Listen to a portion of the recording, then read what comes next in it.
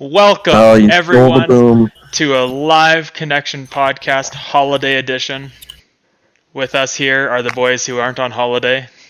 Eric, Boom! Grayden, myself, Joe. I guess Eric's up there, Grayden's over there, and I'm here. How you guys doing this morning? How's your guys' holiday? How's your Christmas and everything? I'm full. You're full. I'm Yeah. tired. I ate a lot. You're tired and you're full. How are you? Together, you guys create what Bobby gets when she eats. She eats food and then she gets tired and she sleeps. Sounds great. I don't think I'm that's the why opposite. I need to do something. If I don't eat, I get tired. If I don't eat, I start to get all sleepy. Well, I mean, I guess it depends how much you eat. That's because you're like a robot. That's true. You need fuel to keep going. It's like the only time I feel tired. Well, actually, I don't even feel tired then. I just feel grossed out by myself. Is when we go for sushi with Grayden, Jack, and I, and we eat way too much sushi. Like, fucking, it's grotesque the amount of sushi we put back. And then we walk out of there and we're always like, oh, we can get one more order. And we get one more order. And it's just like, it feels like that just gross kind of full where it's just, horrible. And then you wake up at night because you're still digesting it till like 5 a.m. See, I'm not like that. With sushi and the seafood, for whatever reason, it's like an hour later, I'll be okay. See, I can't. If I overeat myself, then it takes some time to digest. The same with like wings. Like if we go get a lot of wings, and then I eat like too much wings, then it sits and it digests slowly again. Like if I eat way too much, if I eat the good amount, then it's good to go. But and I was thinking about wings the other night and how I wish places were open. We can go pick them up and take them. Yeah, that's true. Yeah, that's it's not the same. It's not the same. Bobby and I did that once from Regal Beagle there, and it was all right. Like it was. They stayed decently warm throughout the drive back, but yeah. For me though, I did good. It was a good small Christmas.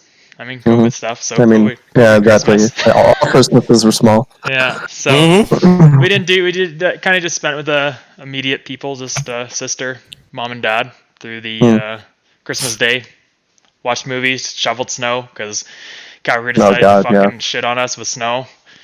For those who aren't from Calgary that do watch this, we got 50 centimeters of snow in one day. And it was horrendously heavy to lift because it was like a. I fucked up my back. Yeah, I had to go clear up Bobby's front of her, like her whole. So she lives in like a one of those. She lives in cul-de-sacs where they have like the side by side houses, and then they don't have a garage in there. They have a garage in the alleyway. So it's kind of like Peter's house where he has like his house is on the main road, but his garage is in the back alley kind of set up there. And anyways, I had to clear the front area because that's where they all park. Because where she's renting, they all kind of just park on the road. They use the garage for storage and things like that. So anyways, I was there fucking cleaning up 4 car lengths on that road worth of snow that I was just like moving up one, up, and that was a lot of snow to shovel. Yep.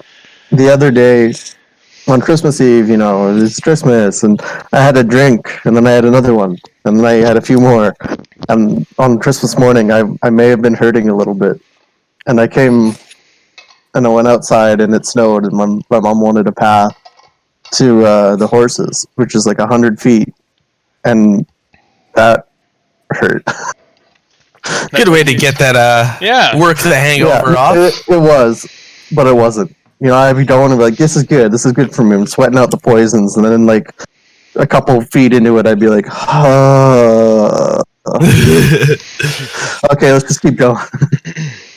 At least you're outside in the cold where like you got the nice fresh air and you can just be like, oh, that good old hangover feeling. Exactly. We're all still pretty young guys, but I already feel like I'm getting too old for that. More just like I don't do anything, so like the time I shoveled, it was rough. No, I believe that. It's nice and heavy. I mean, I felt it's been pretty good for me. I enjoyed it.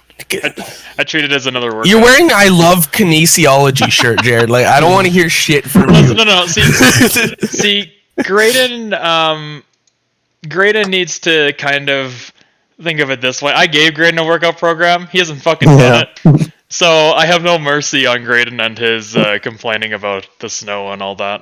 I'm not complaining about the snow so much as I was my head. Your head. Mm. I see. Yes. Well, that one I can't. I can only work out so much on your brain, Grayden. You gotta go to school for that. Oh God, fuck that. Or therapy. Or therapy. Yes, that's true. Yeah. So what we gonna get like a test done on me, some sort of psychological thing? Were you? Scan my brain. Well, that was the thing we talked about at some point. Well, I mean, I go because I have to go for monthly functional MRIs on my brain because of my various concussions and stuff like that. But I mean, I think they'd cost money for you. For me, they're just because I go when they're scheduled. I'm in tip-top shape. I'm a genius. Nice. Eric, you're wearing that genius shirt, so of course you're a genius. I mean, sorry, go ahead, Jerry. I want to go. If you're going to continue on the topic, I was going to go into some gaming news. No, I was gonna continue distracting ourselves with anything interesting that you received or got somebody else. Let's go through that. What would everyone kind of get and give kind of idea? I got a ice first? maker. Ooh, Grayden's going first, Eric. We'll go Grayden, Eric, and then me. It's my show, last. I thought. Yeah. No, I mean, got an ice maker. Make more drinks. Exactly. They're just fueling me. It was a pretty quiet Christmas. Like, the older everybody gets, I feel like the less everyone really needs. So, like, I got my parents to SodaStream, and then my mom got my dad an air fryer. It was just, like, a lot of, like, actually useful things, less so, wants, I guess. Yeah. So, it was pretty quiet. Mm-hmm. Yeah. What about you guys? Eric, you're next? I didn't really get anything that was needs, I think. I got a TV speaker system, a soundbar, and a subwoofer, which that's been pretty nice. Having some good sound quality on the TV. Mm-hmm. And then I got the High Republic Star Wars comic subscription. So that'll be coming in January. I'm excited for that. I got a bunch of shirts from the Yeti, which is my favorite shirt store. So I was stoked about that. Cool. Nice. And a new coffee mug, because this one's getting all chipped around the fucking lip, so... Do you guys ever find it's being cleaned? That you're always looking for a bigger mug? You know what I mean? Like, I go for... The mug I got's fucking huge. It's like actually 18 ounces or something. It's... Because I always find that, like, every time I look at a mug, I'm like, I go online and I'm like, I'm gonna look for a big mug, and I get all these ounces. It's like, I can't visualize this because I don't fucking know what I have. So I'd have to, like, actually measure it out and figure it out. But I think most average mugs are like 16 ounces, aren't they? That's like the average size. I think this is like 14 because it fits about 12. Okay. Nice and good. So I think that's kind of what they usually are, is 14 to 16. Because I was looking online the other day and there was like a 32-ounce mug, and I was like, my God, is that thing like a fucking bowl? Are you taking a bowl and drinking your coffee out of it? That's a travel mug right there. Oh, it's crazy. But it like looked like one of these. It looked like one of the little yeah. It would go cold by the time you're done. I know, it was absolutely enormous. I was looking for I literally searched up big mugs because I wanted to find some big mugs, and I couldn't find any that were like big mugs. Those are some big mugs. I realized what that came across as sounding like. Okay, well now I gotta try. This one's actually kind of cool. It only holds 12 ounces, but it's a black skull mug. It looks sweet. Big mugs. I want it. Oh, that is sweet. That's expensive. Yeah, a $40 mug. Like, ooh. I think mine was like $10. Yeah, it's I really like the fucking Viking wooden stainless steel one. There are a few of those online. Yeah, that one's really cool. Yeah, for me, I got I just mostly got some ski goggles from Bobby because she was tired of looking at my child ones I've had for 12 years that are little plastic tiny ones, and you know what? They covered my eyes, and that's all I really needed them to do. But it looked hilarious because it was so small compared to everything else on my helmet. So now I have an adult pair of ski goggles that I can use. Oh, you're a big boy now. Yeah, I've grown up, and then I got a gift card from my parents, and then for we just mostly, it was small for us too. There isn't anything real major for us. I gave Chelsea and I and Bobby got my parents like bath bomb set with a $300 gift card for their TV for them, towards a TV for them. Ooh. I forced them to use it towards a TV. I said you can't use it against anything else unless you clarify it with us, because I can't afford to buy them a TV and myself a TV. That just is not in the financial budget. You don't have $5,000? No, I don't just have $5,000 kicking around, believe it or not. I could have sworn it was somewhere, but not with me. Other pants. Yeah, pretty much. But yeah, no, it was like us too. Small.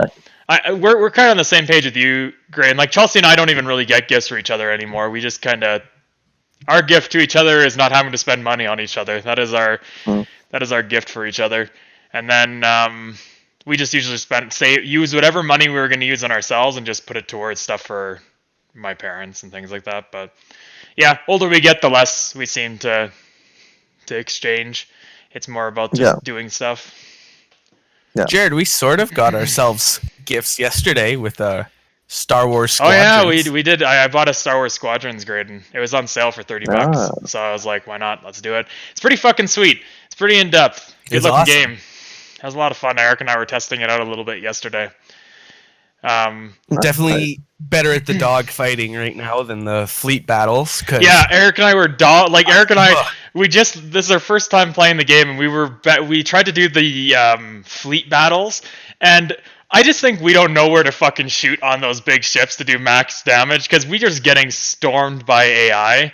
And then we went into dog fights, and Eric and I would always be like in the top 3 people on our team for kills and assists and all this stuff. And except we came across, so this, you want to see some great matchmaking, Grayden? This is awesome matchmaking. So, you know, everyone's like roughly around level 7 was the 2. Yeah, 1, 2, 3. 1 to 5. Yeah. And then all of a sudden we were facing this guy who was level 111, and it was everyone else was 1 and 2 and 3. And he's the top on their he got half of their kills. Half of their kills was him. So I was like, if you didn't have him, we probably would have won that match.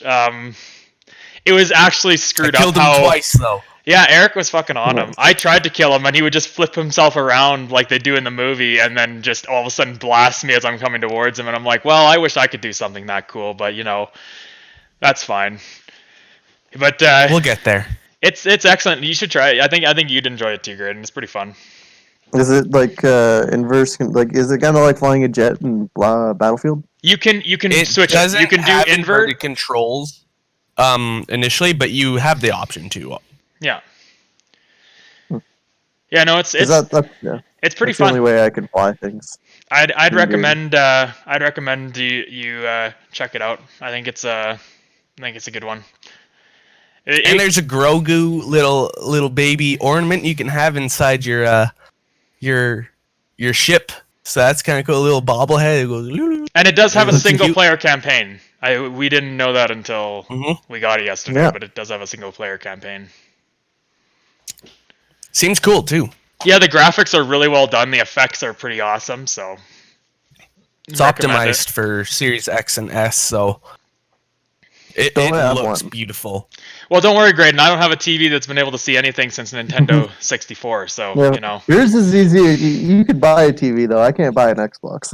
That's true. Well, I don't know. We'll see if I can get a TV today. They've been pretty hot topics, especially with the discounts they have on them right now. I wouldn't be surprised if they were sold out because of the whole thing. I wasn't going to go yesterday because yesterday's Boxing Day, right? And you'd be fucking insane, especially during COVID with like the in-building restrictions to go on Boxing Day because it was already messed up to begin with.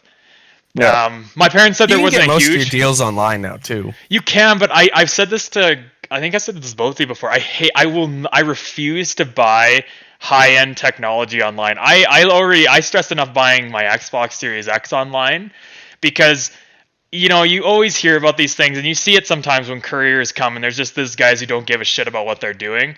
And it's just like, that's too expensive for me to have someone not give a shit about delivering it in like a really good fashion, I guess. Yeah. So I want to buy so that one in rushed line. with buying mine. Sorry? Just because I was so rushed with buying mine, I had it delivered to Walmart instead of my house. Because, like, that was the first option, and I was just trying to go through as fast as possible. So I was like, fuck it, go to Walmart, don't care. Honestly, if they had that option, I didn't have to worry about that. If they had it on Vision, I would totally do that. Because if it's getting shipped to the store, I mean, it gets shipped to the store initially anyways, for most things when you buy it from the store.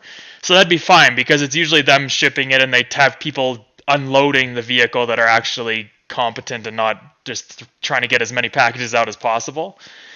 But with this TV, I was like, if they had an option on Vision's website for the TVs I was looking at to pick up in store, I totally would. But they, unfortunately, for the TVs I was looking at, don't have that option.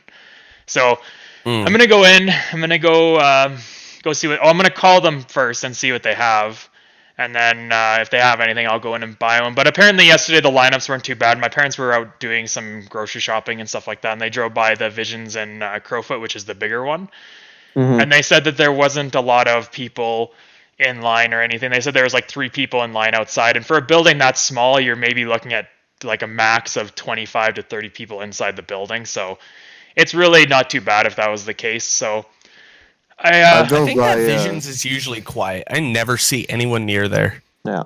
I think they're just really efficient with like getting people in and out. Like, it's also something that like you know what you're going there for. There's not really a lot of shopping around. There's like, I want this TV. You don't browse. Yeah.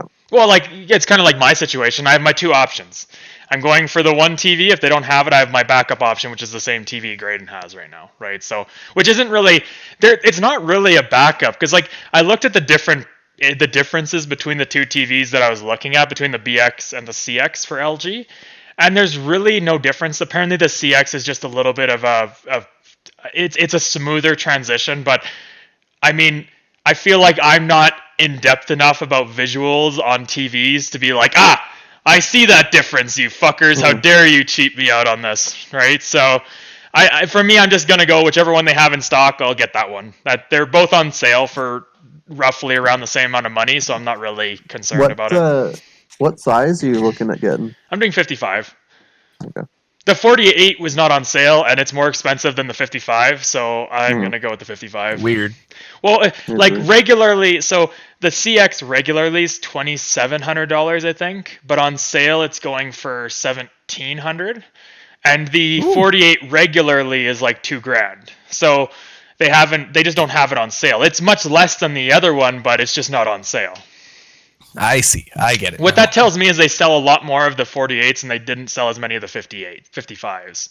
So they're trying to push out 55s. Probably make more money on it based on supply and demand and everything in the end. Honestly, the 55 is like, it's pretty good. Like it's pushing that borderline too big for me. Well, here's the thing for me is like, I wish I had more room away from my TV. Yeah. Yeah. Right? Because you don't, again, you can't really appreciate it, right? Because you get too much stimulus at once, right? You can't like just, it's like when you back away from an image, it just allows you to see things more clearly and get a more encompassing picture of the whole thing. So even with mine, like mine's a 43 inch, so that 55 is going to be quite big compared to what I have here. It's going to be it's probably going to be very noticeably big for me. But Gonna be an upgrade. It's definitely going to be an upgrade. I wish I could have... I might push... Because right now that TV sits forward on my table. So I'm thinking about pushing it all the way back to the wall as far as I can. To get like just the max distance away. But... it's probably a good idea. But I'm kind of similar... Same with you, Grayden. Like that 55 is almost a little bit too big. I'd love to go with that 48. But it's just not... It's not... Like the price is just too good on the other one. I might as well get the discount on the other one. And then I just have a slightly bigger TV. If they had the discount on the 65, I wouldn't go with the 65. That's too big. Possibly for when you move out to your own place and are setting up, it'll be more worth it as well, because then you'll have a bigger TV and you can. Well, maybe it'll work out for whatever setup you have. Well, exactly. And Bobby and I talked about moving out together, and even if we moved into the same place she's in right now together, and just had the basement suite that she has, it would. There's room in her area to like put a nice entertainment area set up, and have that distance, because she's got a good spacious area, which makes it quite easy to do that. I think the only reason she wants to move out with me is because I have a TV and she doesn't have one, so I think she's trying to utilize me for my worth. For all that you're worth. Whatever worth that is. Exactly. Leaving that home gym behind. Oh, man. Yeah, but at least I can come use it for free. Mm. It's all my equipment. I own everything that's in my home gym, except for the TV and the DVDs my parents bought. But all the equipment I own. So... It's set up really nice. It's actually one of the hardest things for me, is because it's so convenient for me to just wake up, roll out of bed, and then go work out right away instead of having to drive somewhere. It's going to be a sad day when I have to drive somewhere again. Horrifying. The thought of sharing equipment, Jarrod. Listen, like, gyms in COVID, nasty. Gyms without COVID, still fucking nasty, because people are gross and they don't clean shit when they are done using it. There was a bunch of people who used to, when I was at the university gym, and you always see this. They'll like touch the equipment and then start touching their face and all this, and I'm like, you're fucking disgusting. This whole situation here is gross. Clean your shit. Clean your hands. Don't have to touch your face when you're working out. I don't know what you're doing up here. I gotta look good for the selfies, alright? Oh god, that's the other thing I won't miss going to public gyms. I don't like just watching people sit there with weights for 25 hours and all they do is they hold the weight up, take a photo, and then put the weight down and sit there for a little bit, and then they'll do the same thing again. I'm like, you guys are absolutely useless. No wonder you're here for 3 fucking hours. If you're here for 3 hours, you need to work out harder. Don't need to be here for 3 hours. Are you really working out if you don't let everyone else know about it? Yes. No one knows when I work out. You guys just know that. You guys just know that I work out just because of reputation. You don't get the gains if nobody else knows. But you just said that I got thicker. Oh, you're telling somebody. It ain't one extra muscle for each post that you put up. Yeah. See, that's the issue I've been running into. Every like equals 1 pound that you lift. Wow. Yeah. +1 strength. +1 strength.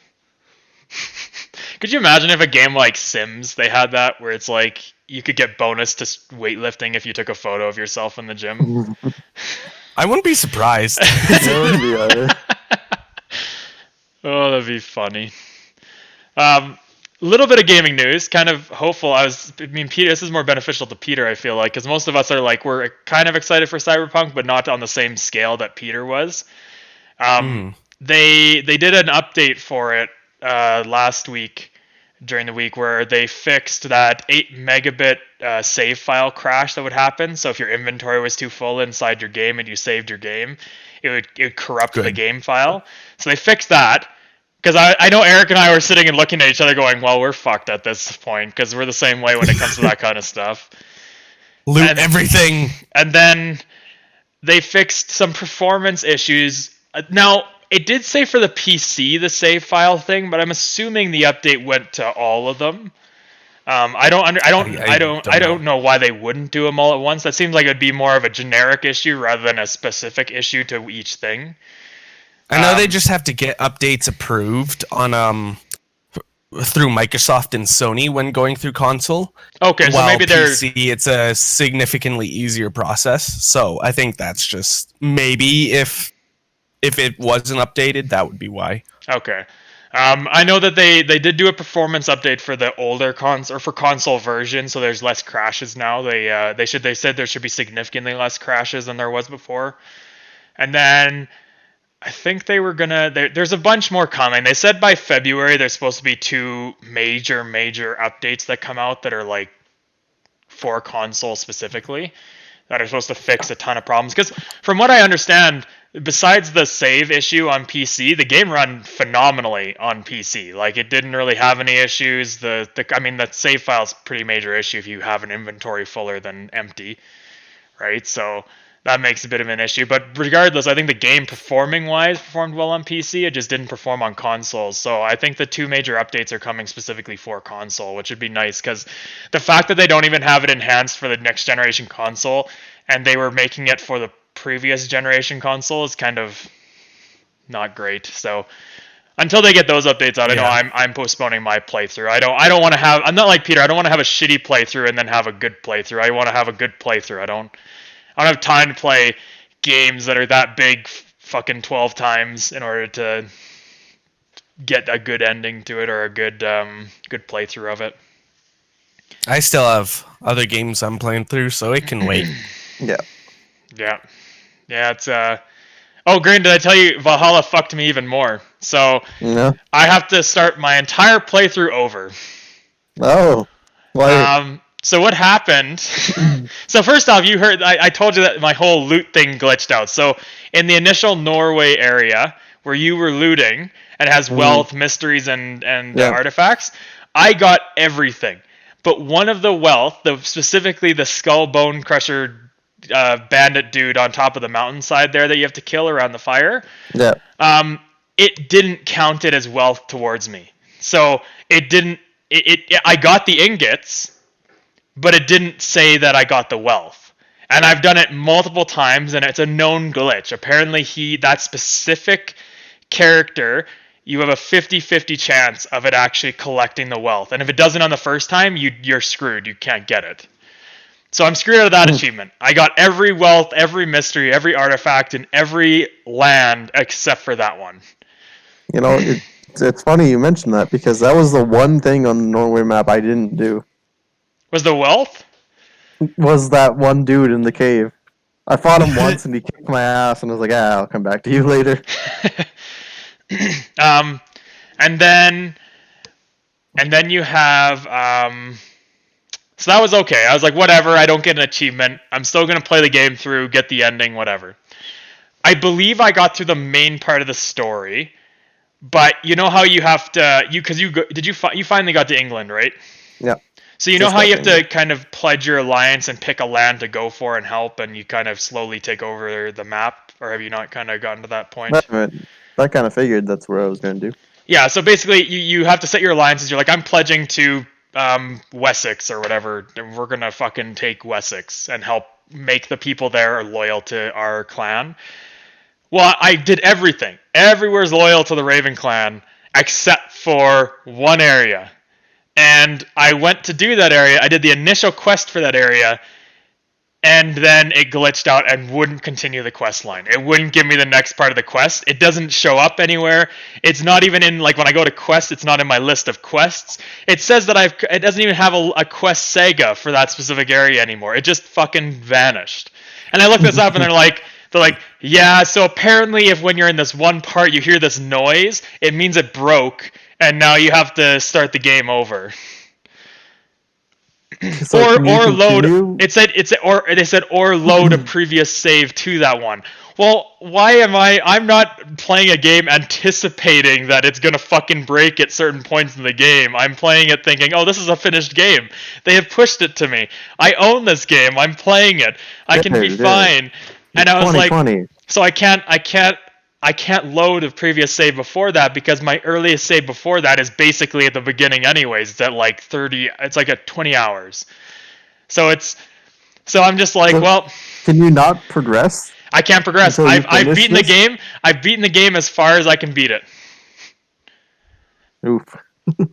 And it just fucking, you know what? This is the second time an Assassin's Creed has fucked me like this. Yeah, but this one's so enjoyable to play.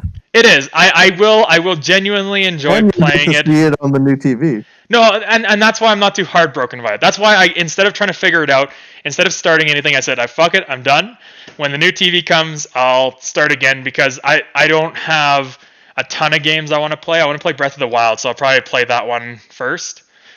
Because it's still... I know Breath of the Wild's a big game, but I still think it's less than 100 hours, isn't it? It depends on how much you do. You could beat the game in a couple hours if you really wanted to. It'd be hard, but you could do it. You could beat in 30 minutes if you wanted. Yeah. It's completely up to you. Yeah, there's to do the 4 divine beasts and then go fight Ganon. I'd say that could take like 24 hours, maybe if depending. Okay. It really depends on your playstyle because Breath of the Wild banks a lot on you being like, all right, I'm gonna go to the Zora domain. What the fuck's that over there? And then you're dicking around for the next 5 hours. Yeah. Okay. Is there like I think there's 100 it's still shrines? it's still a 120. smaller game to complete to the scale of Assassin's Creed. It's still a smaller game than that because I mean I didn't even finish the game and I was already up to 100 hours and it didn't let me finish the game. Yeah, you won't want to do like all the quests and stuff because a lot of them is just like get 30 mushrooms and we'll give you 300 rupees, and it's like I don't care. Yeah, I'm not doing that. But yeah, if you want to do all the shrines and stuff, that'll take a while. Yeah. Okay. Yeah. Anyway, so I do plan on playing it again because I mean the Star Wars Squadrons Eric and I pick like most of the other games I play right now are multiplayer games. I don't play them for their single player. Like Dead by Daylight, I don't play on my own. Star Wars Squadrons, I might finish the story because the story is only 8.5 hours long or something like that. Eric and I were reading, so Yeah, I'll get through that. But be able to crush it. yeah, I plan on doing it again on the new TV. It just was so defeating because I had put so much time into doing it. So this time around, I'm going to do very similar because I want that collectibles achievement because it's I always like those achievements. Those are the only achievements I ever really go for. I don't go for like there's one achievement in there where it's like kill 3 elite guards while on fire, and it's like I don't really know. I don't want to put the time and effort to keep myself lit on fire while simultaneously killing 3 elite guards. Yeah. But like the collectible ones is pretty, and it's not like everything. It's just the mysteries, wealth, and other. It's not all the opals and shit like that. Like I thought it was all the opals to begin with. So, and I didn't realize this, but once you've collected an opal in one playthrough, it's collected for your entire game. So even if you buy something, you know, in like the other one where you could buy some of the stuff from the store using in-game stuff you could collect. Yeah. You can do that again, and it actually just saves it for every character. So every character is going to have access to those things you buy in store and using opals instead of having to collect all of them again and again and again. Right? Interesting. So that's kind of nice. I had the thought, Jared. Yeah. How do you feel about Ubisoft being kind of scummy with Assassin's Creed and waiting a month to put in XP boosters and stuff? Because it wasn't in the game, and then they waited a month after, so like reviews would be done and stuff, and then they were like, "All right, now you can have boosters. Here you go. Pay to win." Honestly, if I'm being quite honest, I leveled up fast. Without boosters, I reached max level real quick. Like with just doing all the side objectives and things like that. Because every time you finish a mystery, you get 1 or 2 skill points. And then once you do all the mysteries, like I'd say on average you're looking at 12 mysteries per area. So just on mysteries alone, there's like, I don't remember how many areas. I think there's 10 areas, so 120, and then you get, I don't know, double that. So 240 of your skill points, 240 of your 400 skill points you can get just off of completing mysteries. And then on top of that, you get experience every time you do something. So I don't think it's as beneficial in this game. I think it's more of a, if you're an idiot and you're willing to buy the XP, then do it. But you level up so fast that I just don't think it wouldn't benefit you enough to be like, here you go. It doesn't have the same kick as if you're doing like a multiplayer game like Call of Duty and they give you XP bonuses, right? And you can like pay for double XP and stuff like that. Like that's a kick in the teeth because now you're comparing yourself against other people. But being a single player game with how fast you level up in it, I don't think I think it's, if you fall for that, I think that's more than being like, I wonder who's going to actually fall for this and buy our XP booster. Because I just think it was shitty how they waited a month to put them in, and then they were like, "All right, the reviews are done. People are done." Yeah. With that, so we'll just. I did notice that it all of a sudden came in there. I was in the store just looking because I like to look at all the different outfits and stuff based around the gods and mythology, and I did notice that they had XP boosters, and I didn't think I saw that before, so that makes sense that they only added it recently. But yeah, I don't know. I don't know if that would really affect the review of a game, though. I think it's just like the presence of microtransactions in a single player game can like sour some people's opinions. So I think that's kind of the idea, is like the fact that they waited a month to put it in is kind of just being sneaky, because you know that people won't like it. So I will give Ubisoft benefit of the doubt. At least they give you ways to acquire those things, similar to Dead by Daylight, where you can acquire most things just by playing the game and just by collecting things. Because like I said, you can collect opals and earn opals. Like, you don't have to just collect them. You can go do contracts for this one guy, and you get like 50 opals per time, which is like the currency you use to buy things from him. Now, you don't get to choose. It's just like it's a daily change. So whatever, or it's like a couple days, I don't know, maybe a weekly thing where it's like, for that week, let's say, it's these 4 items from the store that you can buy, legendary items that you can buy, or boosters you can buy, kind of thing. So that's exactly like Immortals Phoenix Rising. Yeah, it's exactly like Destiny. There's 4 or 5 items that rotate weekly, and you do these like daily challenges to get a currency called Electrum. Yeah. And once you have enough, you can get some of the premium items. See, and that's what I don't mind that, because you're still making people do stuff for it, but you're also giving them a way to do it without being like, okay, just give us money. Like, you make it easier, but that's fine. That's for people who just want to play the game and be like, okay, I want this cool skin, let's immediately put it on, I'm just going to play the game through, I don't really care what's the side stuff in it. But I like that I do like that Ubisoft gives you that opportunity to still get that stuff without spending more money on the game. They just make you play their game more to do it. And they do rotate pretty, like, every time I go in there, I see something I want, right? So it's pretty nice that way, where, it's not like, oh, they're just putting through the useless stuff that's less in demand. They just cycle it through however they do it. That's one thing Immortals Phoenix had that I actually really want. They put in an Adventure Time crossover.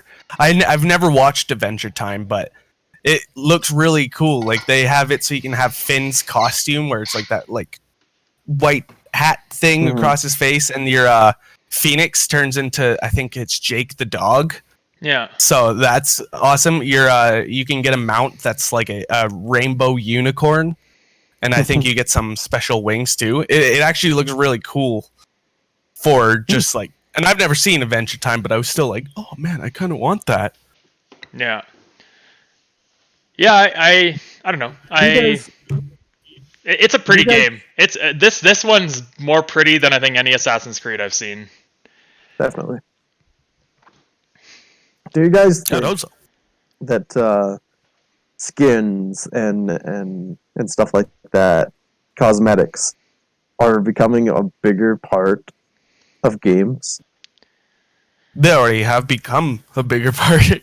I know, but like, they've already been big, but I feel like they're bigger now. Like you talk about microtransactions. I don't feel like there's a lot of microtransactions that like in terms of currency and experience. I don't see that as much. It's more so look and cosmetics and characters. I'm fine with that. I'd say most like microtransactions come with that are in multiplayer games are experience based, and then a lot of them come in single player are more cosmetic.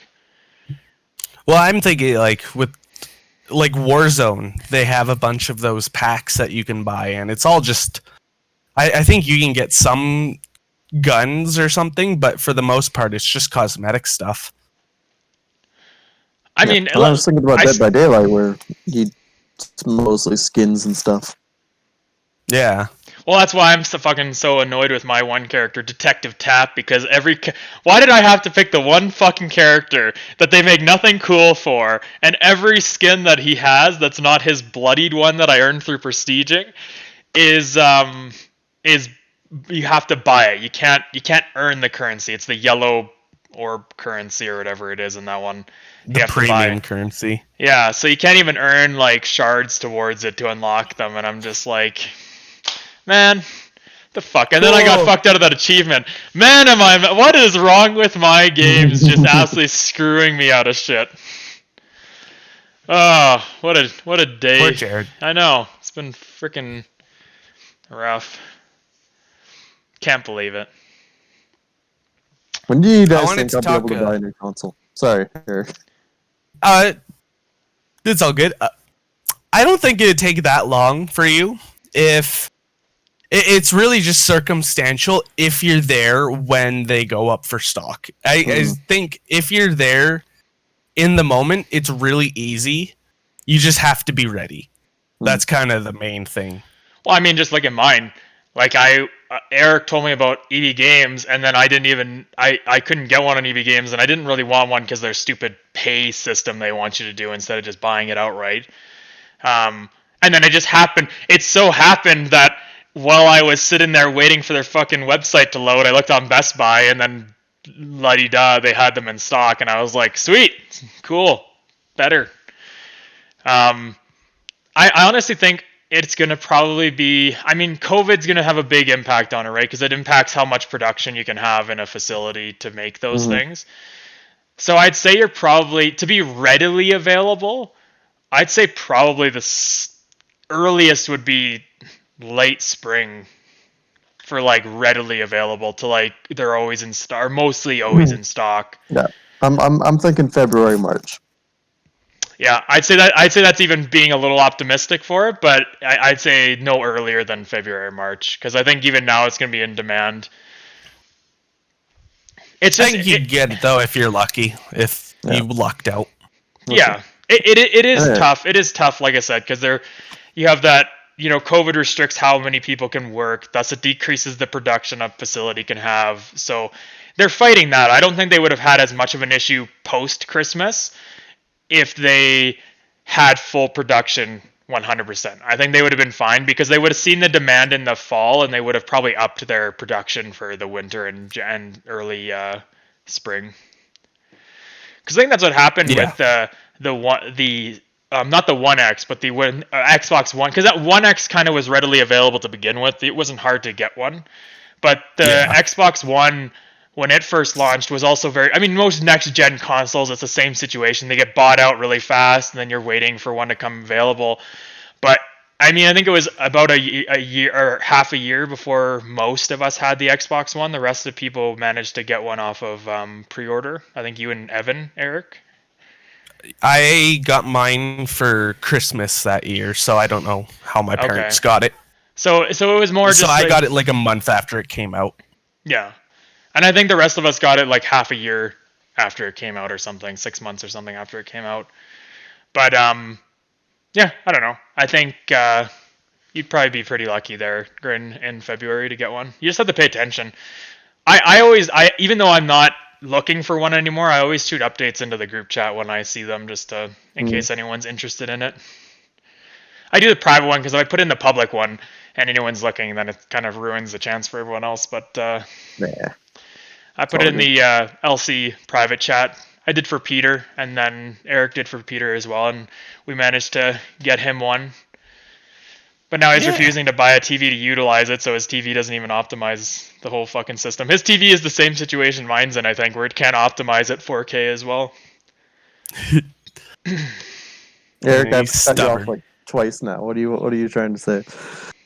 I just wanted to talk a little bit about that new Disney Plus movie that came out, Soul, because I watched it, and it is so fucking good. I definitely recommend it. I don't want to speak too much about like what it's about because I went in kind of blind. Mm-hmm. I thought it was just going to be about like soul music, which it is, but there's a lot more to it than that. It has Jamie Foxx as like the main character, and then Tina Fey as a kind of like the Vanellope-esque character is what I would describe her as. It's just the whole movie was beautifully animated, and then it takes this one turn where you're like, oh shit, so this is where we're going. And then it takes another turn where you're like, oh, okay. We're just on a wild ride this whole time. And there's a few just beautiful moments in the movie. There's that just like legit made me cry. They were really well done, and they're very like heartfelt moments. So I definitely recommend checking that movie out. Music was really well done too. I really enjoyed Inside Out and Coco. So This is the same director as Inside Out. Mhm. I never saw Inside Out, but like this is now my favorite Pixar movie. I loved every moment of it. You would love Inside Out, Eric, I think. I can tell I would. I gotta step up my But new Disney movie watching, because I don't watch a lot of new Disney. I'll watch a lot of the TV shows and stuff like that, but I don't watch a lot of the movies that come out on there. Yeah, I fell out of movies for a good while. It was just this one kind of caught my eye, so I was like, you know what, I'm gonna watch this. I did watch. Bobby and I watched the new Mulan the other day, and honestly, it's like you can't really compare the two movies. They're very different. What they're going for is quite different. I thought it was pretty good. I enjoyed the live action one. So did Bobby. It just, like, again, I understand people were mad that Mushu wasn't a part of it, but this one was based, I read the lore afterwards just to, like, see how close they got it, and this one was way heavily based on the actual, like, legend and lore. Yeah. There's just some other problems with the movie that were happening with where it was filmed, and one of the actors that kind of provided some problems. Because there's a Chinese province that is, like, ruled by the Chinese Communist Party, and they're kind of shitty to the group that live there. And I think it's basically like internment camps that are there, and Disney Plus filmed in that province and then thanked the Chinese Communist Party for allowing them to, like, film there. So there's just some, humanitarian problems there. And then the main actress who did Mulan was supporting the Hong Kong police during those during the riots and all the protests that were going on last year. I see. Which that also, rubbed people the wrong way, understandably. Yeah. So it was, objectively as a movie, I thought the movie wasn't bad. Like, objectively, I thought they portrayed the lore pretty well. They had some, like, fairly familiar actors. Like, they had the one guy, I don't know, you guys have all seen that video game High School show on YouTube. Jimmy right? Wong is who they had. Yeah, I like him. He's funny. Yeah. But no, I should check out Souls. It did look interesting. I was reading something on that was actually on the game, or like the tech news or whatever, the different websites. It came up quite a few times where it was like, apparently it's being pretty sought after, so it's hard to stream it in certain places, and they're like giving a whole bunch of ways that you can stream this movie without having to be in the different regions and all that. So apparently it's very sought after right now. So. And from how Eric praises it, very, it's awesome. Yeah. So I'll have to definitely watch it. I'll get Bobby to check it out too. She likes Disney movies. But who doesn't, really? You might get some feels. You probably will. Some feels. You know what got me some feels? Fucking last episode of Star Wars Mandalorian. That got me some feels. Yeah. Did Yoda die? I'm not gonna fucking tell you. Watch the damn show. Shit, we can't even talk about it because Grayden hasn't seen it. Man, it's wild. It is a wild. Gandalf dies. Oh, I think they crazy. I forget what they were talking about, but I was reading a few reviewers of the shows, and it's like it's going for like top season of any show. They said it had the most development. It's set up 3 different side shows while also maintaining its own story integrity and everything, which is just crazy. Good show. Excellent show. Watch it, Grayden. I can't believe Grayden hasn't watched it. Get out of here, Grayden. Get out of here. Go watch it. Yes, the Teletubbies are in there, Grayden. You just got to look real hard. They're camouflaged. Okay. They're the same color as the terrain in every scene. Yeah, honestly, the Star Wars universe, there fucking could be. It probably could be, yeah. If there's any universe that could incorporate them in some manner, it would be the Star Wars universe. I know Anakin has like the most Teletubbies of anybody. Mm-hmm. Wow. They call them Inquisitors, but Teletubbies are the other name that they...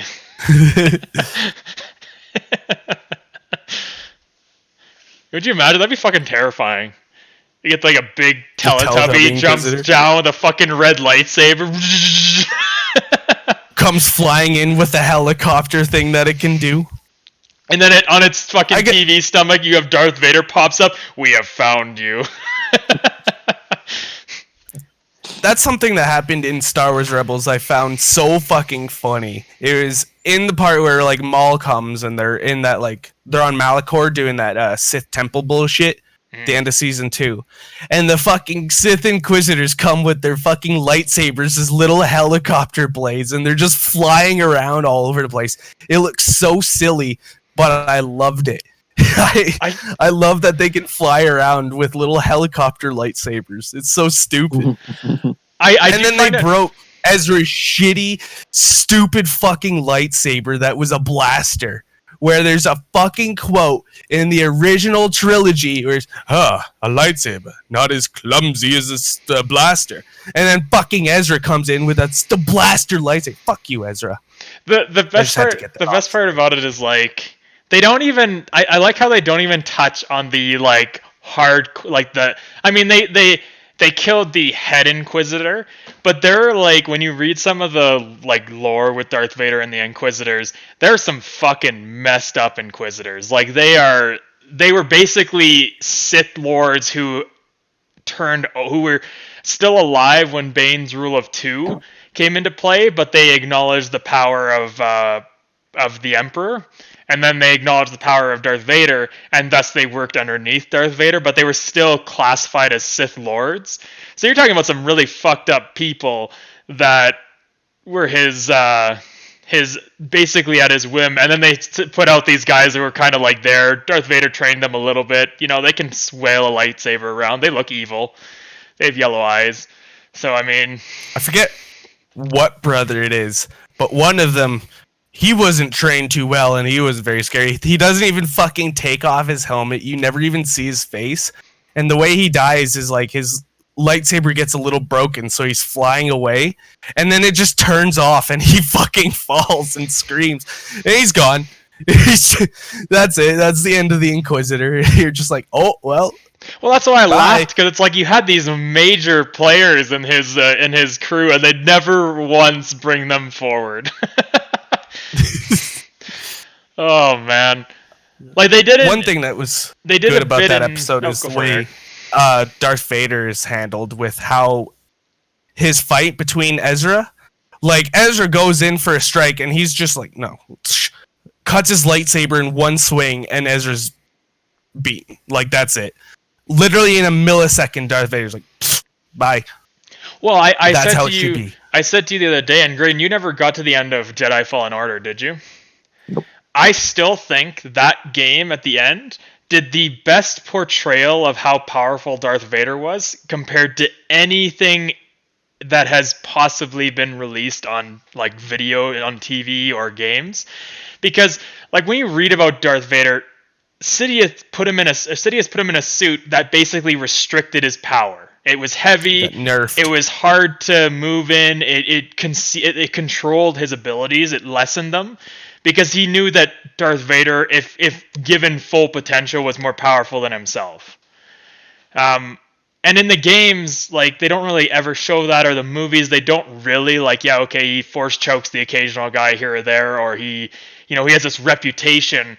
But in that game, he is literally, as he's chasing you, and it's past spoilers, so whatever. I doubt you're gonna fucking care about this. But he's basically walking through this tunnel after you as Cal, and with just the Force, he is tearing the entire building apart as he just fucking walks forward towards you. Like he's not even, there's no effort. It's a casual walk, and he's just like, and everything's just fucking getting crunched in around you. And I think that's amazing. Like it really showed that, because until that point, I mean, Darth Vader was only said, he was like, oh, you were told he's very powerful, but you never like get to understand. I didn't think we would even see him in the game. No, I didn't either. And that really was fucking, that was like a point in the game where my jaw was actually, I think I dropped my jaw for that one. I was like, holy fuck, that's intimidating when you have that coming after you. I got the goosebumps when like, you've just beaten the second sister. Yeah. And like she's talking, it seems like she's about to like join the light side, like you've kind of redeemed her, and then you just hear this footstep, these like heavy footsteps, and you hear, and you see the fear in her face, and I was just like, they're doing this? Oh! I know, it was fucking so insane. So I mean, I feel like they need to do more. Like, they did a bit better in Rebels too, with like his demeanor and how like powerful he was based on that. But even there, they downplayed it. But it is a kids show. In all fairness, you don't need to fucking scare the shit out of children who are watching this show, right? Yeah. I regularly think about Clone Wars Season 7, that like last shot with Darth Vader standing in front of the Jedi Temple holding Ahsoka's lightsaber. That's a good fucking shot.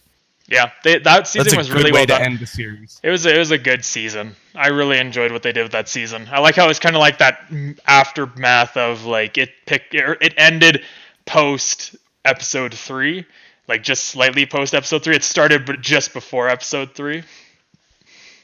Yeah, I like how it interweaved like the story in. Like, I think Mace Windu is having a conversation that you see in the movie, and then he walks away, and Ahsoka comes running in, and he was like, "Oh shit!" So she was just right there in the movie. That's cool. It is insane. I'm glad she's getting her own show, spin-off show. I am really looking forward to Acolyte. I really hope it's what I think it is, and it's more towards the dark side Sith, because either there's a few things that I was reading. It's either going to be a Darth Plagueis, Darth Sidious show, where it's showing the buildup of his power, or it's going to be going back into the other one was they were thinking it might be talking about how Darth Vader trained the Inquisitors.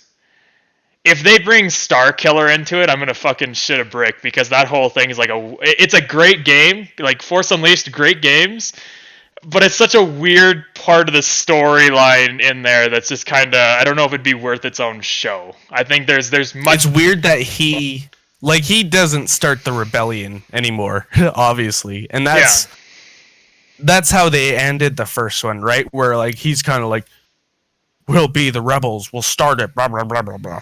Yeah, he pretty much is get the symbol. Yeah. So I'm hoping it's either they go with the Darth Plagueis, Darth Sidious, or they go with maybe the Inquisitors. Could be a cool story to see how he trained them or found them. But I think the most cool would be to go back into like Sith Korriban kind of period with the Dark Council and the Immortal Emperor. I think that'd be fucking insane. You don't think there's too much? Didn't they announce 12 new shows? I think that they could have too many going. I've said that I've been pretty consistent the whole time. I want something set in the Old Republic. I like the new stuff, but I really like that time period of Star Wars from Old Republic up until like the Darth Bane kind of time period, because it's a really unique period in both the Sith and Jedi, where it's like the Jedi are not just the, like in episode 1, 2, and 3, they're kind of just there as like, oh, we're the peacekeepers, we're this. Whereas in like Old Republic time, they were warriors. Like there were major players in the Jedi Order that were more Mace Windu caliber of Jedi, where, you know, the Sith actually feared facing them, instead of just the other way around, where it's like, oh, the Sith is so powerful, we can't possibly overcome them kind of thing. So I think it'd be nice to see them go into that period. But there are quite a few, and that opens up, the more they do, the more it opens up for possibilities for things to kind of turn out not great. But I don't know. I like Star Wars, so I'm excited to explore I'll always the watch universe. Star Wars. I've read a lot of the books, so I mean, I'll watch them. I'm excited for WandaVision coming out next month. It looks the interesting. The new Marvel show. It looks fucking weird. I saw another trailer where like they're having a conversation in like the weird style that they're doing, where it's kind of like an old 60s sitcom, and then like one of the characters said something weird where she's like, "What are we doing here?" And then like the other characters get very confused, and then it just cuts back to the show being normal. So it's like, what the fuck is going on? Because Vision's alive in it, but he's dead in the show, the movies. It'll be weird to see how they're handling that. Yeah. I don't know, Grayden. To answer your question, I kind of just go with optimism. I don't go into a show and anticipating it's going to be bad or if it's too much. I just don't. Even if I've heard people say it's bad, I'll still watch it just to see for myself. Because there's a lot of things. I'm not talking necessarily about one show though. Like this is like recently Disney came out and they're like, all right, 12 new Star Wars, 12 new Marvel shows. Boom, here you go. Have at it. What are you supposed to do as a consumer? You're kind of just like. Well, you pick what you want to watch because, like, a lot of the people, they're going to have specific interest in the universe, and they're going to watch specific things. It's too much all at once. I think they could have spread it out. I'm seeing it as them kind of like comic bookifying the universe, where like there's no way one person can be expected to reach each individual series from a comic book. So you kind of have to like pick and choose the stories that you're interested in. And, like, of course, there's going to be the people who are invested and know every single little detail, but it's kind of more like, if you like Ahsoka, you should watch the Ahsoka show. If you like the Bad Batch, then you should watch the Ahsoka show. If you don't give a fuck, or watch the Bad Batch show. If you don't give a fuck about Ahsoka, just skip it. I mean, Grayden, do you feel overwhelmed by it? Yeah, that's way too much shit. Way too much content to digest and take in. For me, I literally looked at it as what of those titles or shows sounded interesting to me and what didn't. I'm not gonna lie, I wasn't as interested in WandaVision. I've never been as interested in WandaVision. I might watch it, but we'll see. But for me, it's the same thing with the Star Wars ones. Like I pick and choose the books I read too. There's a lot of books. There's a fuck ton of books in that universe. And I've followed chronologically, but I've skipped a lot of filler books that were just kind of thrown in there by various artists or by various writers who I guess got the rights to write a Star Wars book. I don't really know how that all works in the same way as movies do, but there's a lot of books. So I've kind of just picked and chosen my books. So I just look at TV shows the same way because there's a lot of shows that come out on a daily basis anyways in general. And then I just pick and choose. It's the same thing. It's like a big library. I mean, think about it like this. When you have movies released into theaters, like, yeah, they're different people releasing movies, but there's usually a fuck ton of new movies that just get released into theaters. And then you kind of pick, I'm going to go see this one in theaters. The rest of whatever, I'll see whenever. Movies are one and done, though. These are all episodic series that will come out. Like, yeah, but imagine going to watch a movie 12 times in a week over the course every week. Why would I? No, that's not what a TV show's like. You're not watching it 12 times a week over 12 weeks. No, 12 different shows. Oh yeah, but like I said, you pick and choose. I think you're overthinking this. I think you're way overthinking this. I think it's way too much. But you don't even watch a lot of TV to begin with, right? So I feel like it's different for you. You're also not very attached to the universe. I think they need to calm down. I think it's too much. Well, how many new books do they bring out for Dungeons and Dragons? I don't know, like 1, maybe 2 a year. No, they've definitely brought out more than that in the last little while. Because they always come up with advertisements on my fucking D&D Beyond. It's like, these books are out now. You can buy these ones. Tasha's book came out this last, 2020. What's the other one? I guess, Critical Role's book, Exandria, came out early this year, and then that was it. I kind of also look at it like YouTube videos. Like when we used to watch a lot of YouTube, how many episodes of a shows would come out on YouTube, right? Like, yes, again, different producers, but you'd pick and choose which ones you decided to watch, right? Like you wouldn't watch everything. I wouldn't watch everything anyways. There's way too much fucking YouTube to watch. I still don't watch a lot of YouTube, but I don't know. It's not like the show goes away once it's aired for the first time. Like, if you want to watch it 3 months after, then, you can do that. Yep. I think, if you just... If you don't want to watch it, then you just don't watch it. I don't know. I think that's as far as it goes. They also announced a lot of shows, but they didn't announce release dates for all of them. So you got to keep that in mind. It's not like they're all coming. That's part of my point, though. Like, why even announce it? If, okay, Cyberpunk, it's coming in 10 years. I think Disney's a little bit better track on getting things out on a timely manner. I don't know. I think you give it's to let people look forward to something. There's no problem with that. There's nothing wrong with that either. They can kill a show if it gets overhyped. Yeah, we said that about Cyberpunk, and it's still fucking sold millions of copies, and it's been And they, regardless of its launch. Then it refunded millions of copies. Yeah, but it's still like I agree. Hype can kill something. If you overhype something, you can. But so far, they haven't done that with Star Wars or Marvel. They've managed to match the hype. Yeah, Disney definitely has the resources to be able to do it. I'm just saying that it was a bold move. There was also, if you were part of some of the Star Wars communities like I am, there's a lot of demand. Like, people are wanting a lot of shit as well. So I feel like when you target the specific populations, it's actually hitting them on the mark, and I think that's where Disney's looking. Because, like, for general population, it's like anything else. If it's not something you're specifically, like, a super fan of, usually it's there, right? Like, that's like anything media-wise. It's kind of just exists. And you're like, oh, cool, I'll watch it maybe. It's like some people will watch the Star Wars movies just to watch them. They're not a Star Wars fan. They don't really care about anything in them. Or the Marvel ones, same idea.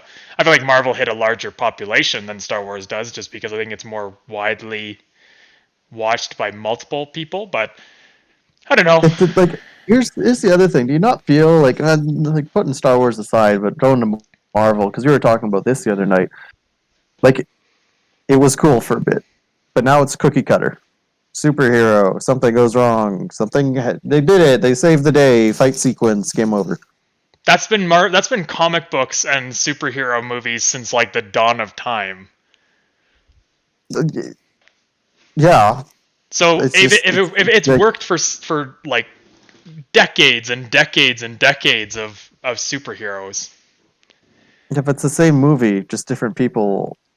But you could easily have said that about, like, okay, the original Supermans had the same idea, or the original Batmans had the same idea, where it's like, oh, this one villain, something goes wrong, the hero saves them, he grows as a person, develops his powers, and then the Marvel movies came out, and they did the same thing, and it wasn't just cookie cutter, because if it was cookie cutter, then the DC films would have also performed as well as the Marvel films did. Well, I think it's because of the Marvel movies that we got Into the Spider-Verse, which is, in my opinion, the exact opposite of cookie cutter. That was that one's definitely an so outlier. I think because we get all of these movies, it kind of you'll occasionally have that one director who has like a very unique vision for how the movie will go, and that's kind of what you go for is every once in a while the person who really puts their heart into it and makes something unique and awesome.